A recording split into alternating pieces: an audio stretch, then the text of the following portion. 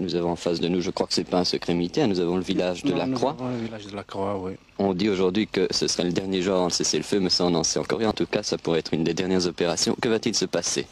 On procédera à un harcèlement du village dans le cadre des opérations, des actions régulières qui se font habituellement sur tout le long du barrage.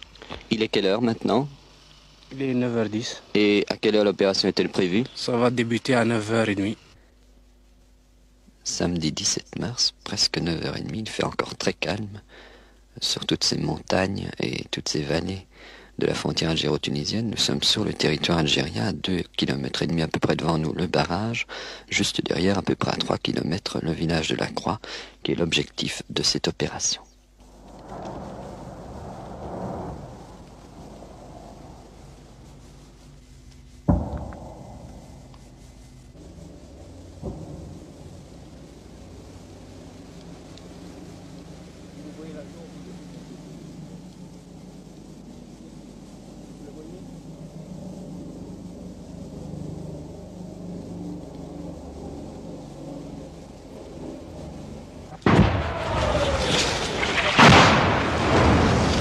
Venez, un coup de ça.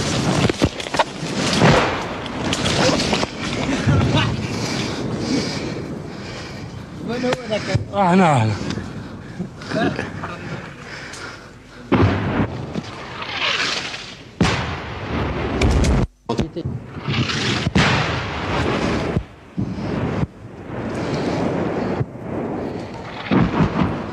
Je disais justement que l'artillerie française ne réagissait pas vite aujourd'hui. Ça tombe loin d'ici pour le moment? Loin d'ici, ouais. C'est assez loin.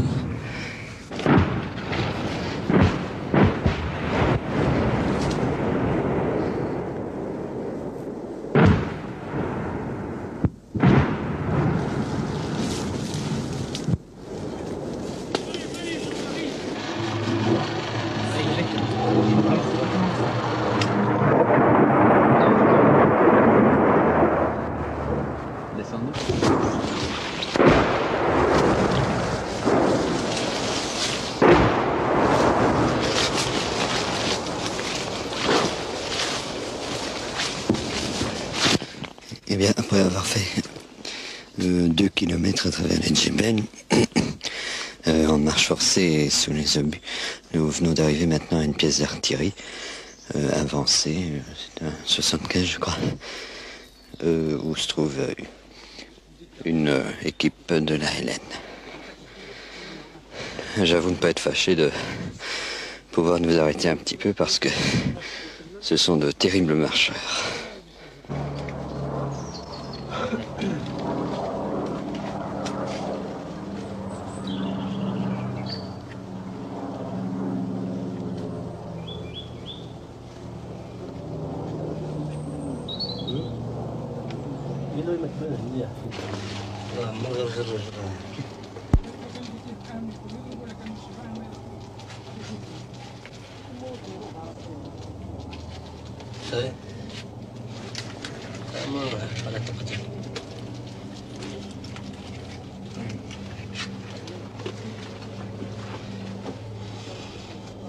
Ici, nous sommes dans une pièce d'artillerie. Ici, nous sommes dans une pièce d'artillerie installée en territoire algérien. Il y a combien d'hommes?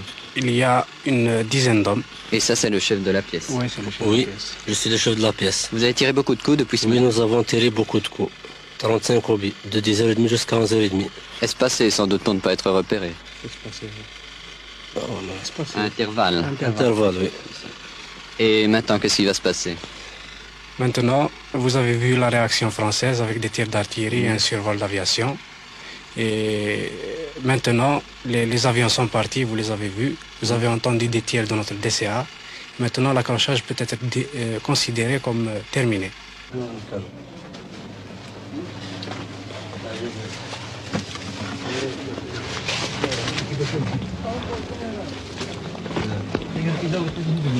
Attention les filles.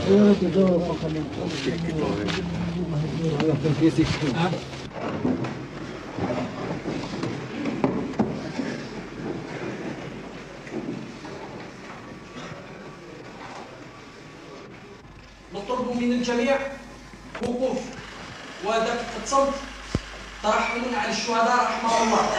استعد.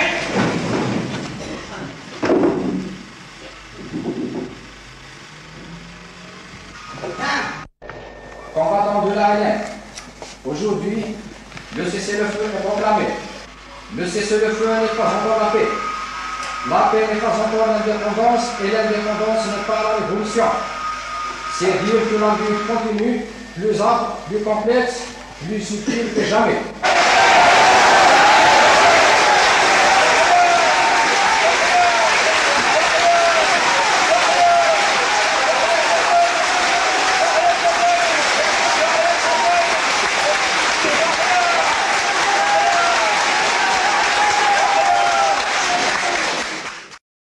Vous faites encore beaucoup d'opérations ces jours-ci? Des opérations ces jours-ci, il n'y en a pas eu à proprement parler, car nous avons été légèrement retardés par les intempéries. Mais il y a tout un programme dont nous suivons l'exécution. Il y a plusieurs sortes d'opérations, et je peux vous parler par exemple de celle qui s'est déroulée il y a quelque temps dans la région de la Croix. Il s'agissait de quoi exactement dans cette opération? Cette opération était à caractère très limité, en ce sens que nous devions faire de nombreuses brèches dans le barrage et détruire plutôt des blocos qui gênaient nos mouvements vers les franchissements plus profonds. C'était du harcèlement aussi. C'était un harcèlement plutôt qu'un franchissement. Les barrages, ils sont difficiles à franchir? Ce que vous voyez vous donnera une idée de l'importance de ce barrage. Et mon Dieu, sans franchissement, il n'y a pas de problème. Ça réussit à chaque coup ou pas? Chaque fois que nous avons décidé de franchir, nous avons franchi. Mais au prix de quelles pertes? Les pertes sont importantes ou... Les pertes vont de plus en plus diminuant. Pourquoi? Le chiffre diminue de plus en plus. Parce que d'abord, il y a notre expérience qui nous permet journellement de réduire les difficultés. Et est-ce que le franchissement du barrage est peut-être plus facile qu'avant, moins surveillé? Et les barrages sont-ils moins surveillés ou pas? Le barrage est beaucoup plus surveillé qu'avant, mais nos moyens sont adéquats. Est-ce que maintenant vous êtes sur un pied d'alerte particulier en raison des récents incidents d'Oujda ou pas? Il n'y a rien de changé dans notre mode de vie, car nous sommes constamment en alerte, quel que soit le temps, le lieu et le jour. Quand les soldats de la LN retrouveront la paix, est-ce que ce sera facile ou difficile pour eux de s'y réhabituer? La question est un peu... Mais voyez-vous, le Jundi vit dans une période politico-militaire. Alors voyez-vous, pour lui, il n'y a pas de métamorphose spéciale, puisqu'il vit ce qui est normal pour lui actuellement. Que font-ils pendant la journée? Le Jundi a des occupations d'ordre matériel, d'ordre de sécurité, d'ordre de défense. Alors, c'est-à-dire qu'à ce moment-là, il doit faire ses patrouilles, observer son terrain, consolider ses positions, laver son linge, préparer son repas, s'instruire, car il y a l'instruction. L'instruction, selon le cas, se fait le matin ou se fait le soir.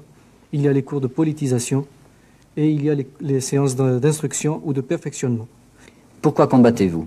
Ce n'est pas seulement une guerre de libération que nous faisons, mais c'est en même temps une révolution. La forme de lutte que nous menons dépasse de beaucoup le cadre justement de l'indépendance. Ce que nous cherchons, c'est aussi exploiter l'exploitation de toutes les richesses au profit du peuple et du peuple seulement. Par le peuple et pour le peuple.